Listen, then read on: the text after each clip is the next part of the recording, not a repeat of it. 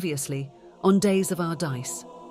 Deep within the company tower, Jack Moonstrider revealed the faces of those lost, brave companions now missing in the shadows of Drakestide Cove. From steadfast Haldor Grimhold to the enigmatic Thalia Duskwhisper, each name carried its own weight of memory and loss. As plans were laid and paths chosen, our heroes found themselves divided, one group venturing forth into danger, while others remained behind to guard what little they still held dear. While Rook led his team into the gathering dark, their hearts set on uncovering secrets hidden in ancient mausoleums, fate wove another thread back at the tower. There, as Gnarly struggled with fractured memories of green bees and cloaked figures, an unexpected visitor arrived, Lady Cordelia Blackthorne, bearing offers of alliance wrapped in centuries of mystery. Now Krothar walks moonlit streets with an ancient vampire, while his companions venture toward a cemetery that may hold more than just the dead. And now, dear listeners, we return to our tale, as threads of destiny continue to weave their dangerous dance in the shadows of Drakestide Cove. The investigation group, Rook, Kithri, Kaelin, Valyria, and Malveth, approached the rusted gates with measured steps. As they pushed them open, the hinges shrieked in protest, a discordant wail that shattered the eerie silence. Shadows danced at the edge of their vision as they entered the necropolis, weapons held close, every sense straining for signs of danger. Wait, there's something over there. Kithri's keen eyes narrowed, focusing on a faint, flickering glow emanating from a distant mausoleum. The light pulsed weakly through the dense fog, a beacon of life in this realm of the dead. Someone's here, or something. That light, it shouldn't be. The group moved forward as one, their footfalls muffled by dead leaves and brittle grass. Each step brought them closer to the crumbling structure at the cemetery's edge, and with each step, the sense of wrongness grew. Malveth suddenly paused, his face contorting in a grimace of revulsion. By the gods, the dark magic here, it's everywhere.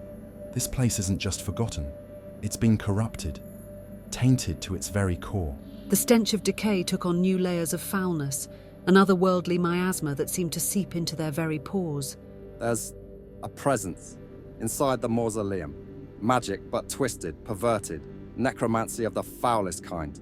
As they crept closer, the muffled echoes of chanting voices reached their ears, a dark ritual unfolding within those ancient stone walls. Suddenly, Malveth went rigid, his eyes rolling back as reality shifted around him. A vision slammed into Malveth's mind with the force of a battering ram. Flashes of an underground chamber filled his consciousness. Members of the Order of the Eclipsed Hand stood in a circle, their hands raised in supplication. Around them, reanimated corpses shuffled into gruesome formation, their dead eyes glowing with unholy purpose. A gathering. The Order. They're amassing an army of the dead. So many bodies, waiting for something. Something terrible beyond imagining. Malveth staggered, the after-images of his vision still burning behind his eyes. The group exchanged looks of horror, then, piercing through the night, came a sound that chilled their very souls. A blood-curdling scream of pure agony emanating from within the mausoleum. That sounded like... Could it be one of them?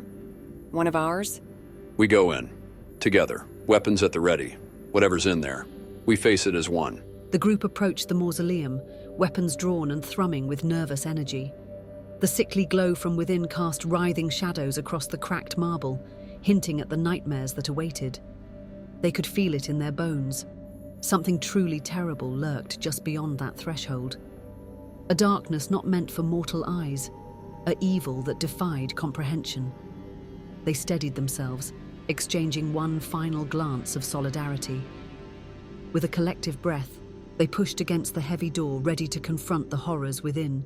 And now let's pause for a brief moment. The dice are in motion, but before they land, let's take a quick detour to talk about how you can help keep the adventure alive. Even the bravest adventurers need to rest. But while our heroes catch their breath, you can help keep their journey alive. Step beyond the story and join the adventure at daysofourdice.com, your portal to all things Days of Our Dice. Explore our treasure trove of exclusive merch, support the show on Ko-Fi or Patreon, and help forge the next chapter of this epic saga. Your support keeps the dice rolling, the fireballs flying, and the legends growing. So whether you grab a shirt, sip a Fireball blend coffee, or simply spread the word, know that you're part of the story. Now, let's get back to the adventure. Meanwhile, as the city of Draketide Cove slumbered, its denizens retreated behind locked doors and shuttered windows. Yet through these desolate streets moved two figures, their steps deliberate, their purpose shrouded in mystery. Cordelia Blackthorne glided through the night, her long cloak rippling behind her like a tide of liquid shadow. Beside her strode Krothar Cloudwatcher, his massive frame a stark contrast to her lithe form, half Goliath, half dwarf, a mountain given flesh and imbued with an unyielding spirit. Krothar, my dear, you must understand. This city, it's a delicate thing, perpetually balanced on a knife's edge between order and chaos. There are forces at work, dark and insidious, that would see Draketide Cove burn. The circle of the whispering shadows. They are that threat incarnate. They feed on fear, gorge themselves on suffering. Someone must stand against them, must shield this city from the encroaching darkness. I won't deny the truth in your words, Lady Cordelia. This city, it's wormed its way into my heart. I'll admit that much. I've come to care for it, to want to see it safe. But my loyalty, my very purpose, it belongs first and foremost to Valyria. My path, my quest, is to uncover those responsible for the destruction of her family, for the fall of Gloomfire Keep. That is the vow I've sworn, the burden I've chosen to bear. And what if I told you, my dear Krothar, that those two paths are not as divergent as you believe? What if I were to reveal that my, let's call them little birds, could lead you to the very answers you seek? Imagine it, the identity of those responsible for Gloomfire's tragedy laid bare before you. My resources are vast, my reach longer than you could possibly fathom. All I ask in return is that you allow me to guide you, to stand beside you as we safeguard that which we both hold dear. Their gazes locked, the silence between them a living, breathing thing. The hard lines of Krothar's face softened almost imperceptibly, his rigid caution giving way to something more vulnerable, a flicker of recognition, of understanding. You may be able to help, I'll grant you that. But understand this, Lady Cordelia. My loyalty isn't a trinket to be bartered or bought. It's not some shiny bauble to be traded on a whim. I serve my companions, first and always. That is non-negotiable. I would expect nothing less from a man of your caliber, dear Krothar.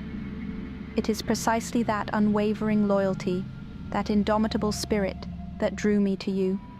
I see in you a rare quality, something this city has long been starved for, a true protector, someone unafraid to do what must be done, no matter the cost. And perhaps, someone willing to consider new allegiances when the time is right.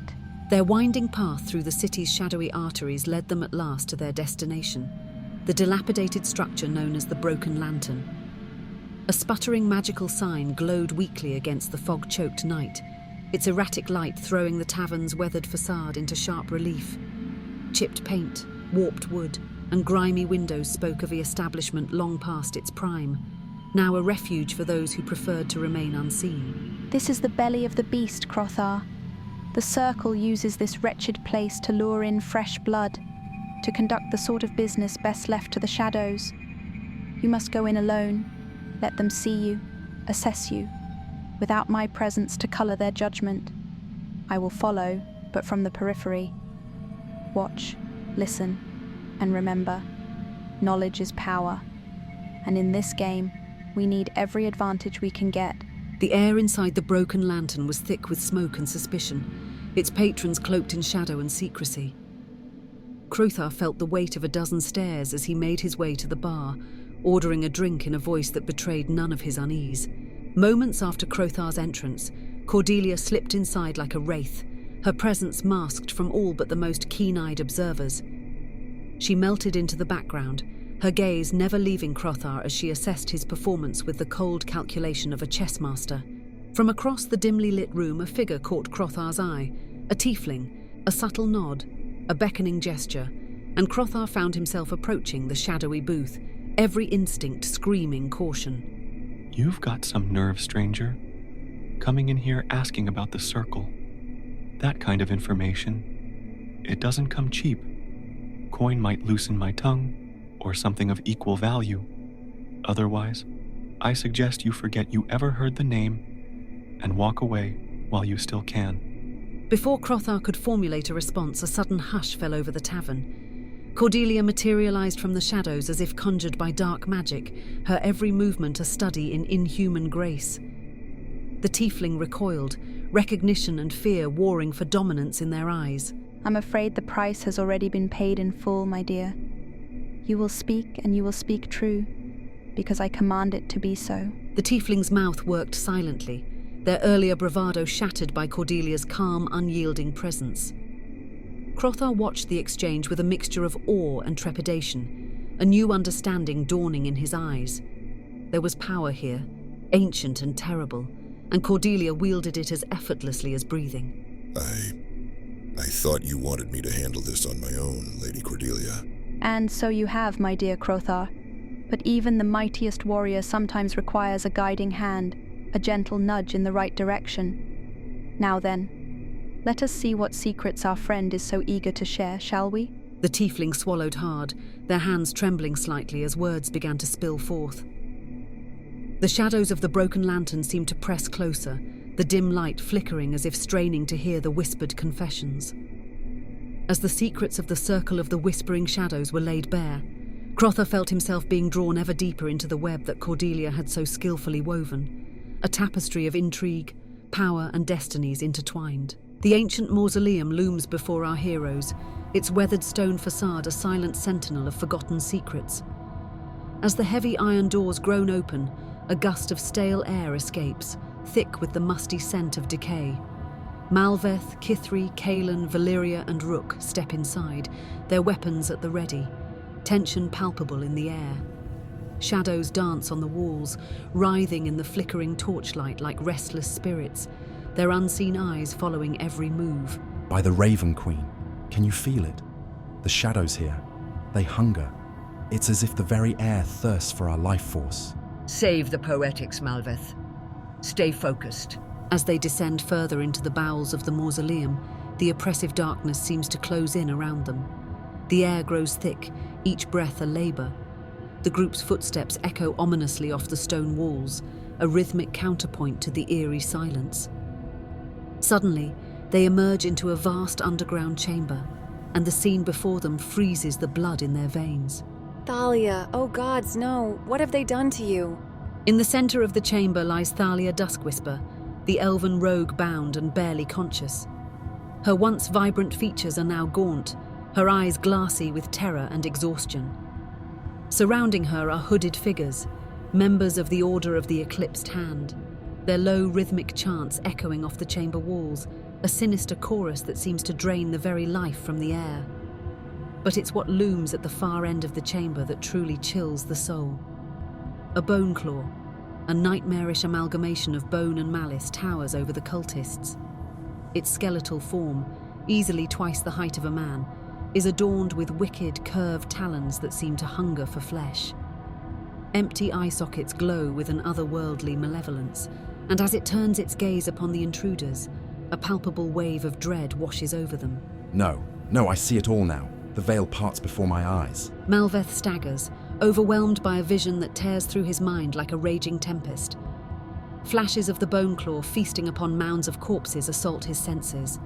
Bodies, countless bodies piled high like cordwood, waiting to be raised as an undead army. The visions intensify, threatening to split his skull. His lungs burn as he feels the weight of countless soulless eyes boring into him. Malveth, snap out of it, damn you! We need you here and now! Reality crashes back like a tidal wave. Malveth gasps, staggering to his feet as Kithri and Kaelin charge forward, weapons gleaming in the torchlight. The cultists whirl, their chants transforming into guttural snarls as they raise their hands, dark energy crackling at their fingertips. In an instant, the chamber erupts into chaos, shadows swirling as magic and steel clash in a deadly dance. I've got them in my sights. Don't let them complete the ritual. Rook moves like a wraith, his firearms gleaming dully in the flickering light. Each shot rings out with deadly accuracy, felling cultists with chilling efficiency. As the echoes of gunfire reverberate through the chamber, the Boneclaw stirs, its massive form uncoiling like a spring of pure malevolence. A sound escapes it, not a roar, but a bone-chilling hiss that promises agony beyond imagination. Keep that monstrosity away. I need time to free Thalia and stabilize her. Valeria kneels beside Thalia, her hands glowing with healing energy as she works to undo the bindings and restore life to her friend's battered form. Kithri and Kaelin become whirlwinds of steel, cutting a bloody swath through the cultists as they struggle to reach Thalia. The Boneclaw advances, each step shaking the ground, its claws slicing through the air with a sound like tearing silk. Hey, you overgrown coat rack? Why don't you pick on someone your own size? Oh wait, there's no one that ugly around here but you. The Boneclaw turns its hollow gaze upon Kaelin, malice radiating from its very being. It lunges forward with frightening speed, one massive arm swinging in a deadly arc. Kaelin dodges, his blade flashing as he attempts to parry the blow. The impact reverberates through his entire body, nearly buckling his knees.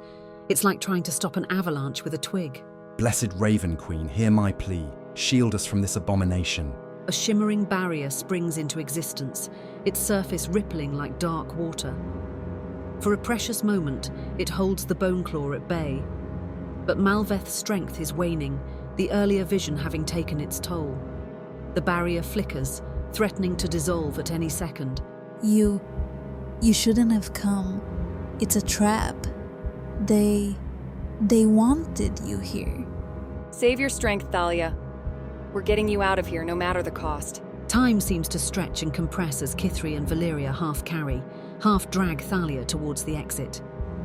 Malveth and Rook fight a desperate rearguard action, holding back the tide of cultists and the relentless advance of the Boneclaw. Each second feels like an eternity, the clash of steel and the report of Rook's firearms creating a deafening cacophony in the enclosed space. Move, we'll cover your retreat. Go now. The Boneclaw lets out a shriek that sounds like 1,000 souls in torment, the sound threatening to shatter eardrums and sanity alike. It surges forward, its claws reaching for Malveth with terrifying speed. Time seems to slow to a crawl. Rook fires, the muzzle flash briefly illuminating the horror of the Boneclaw's features, but it presses on, unstoppable. In that moment, Kaelin makes a choice. Not while I draw breath, you bastard. Malveth, run! The world narrows to a single point of chaos.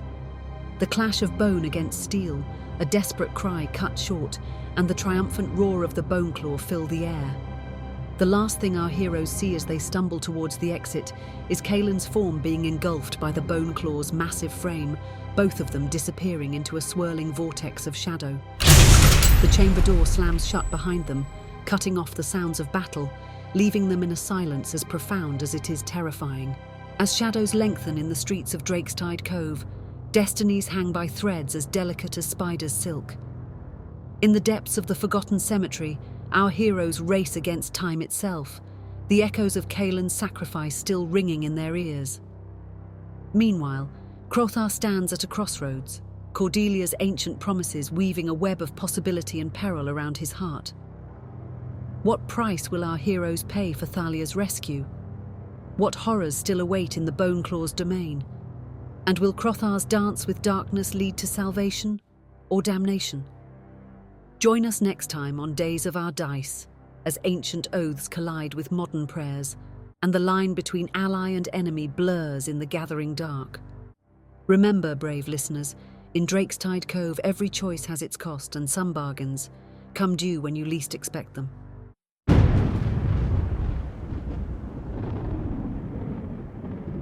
Brave adventurers, your journey through the realms of Ethoria has only just begun. The echoes of battle may fade, but the call to adventure rings eternal.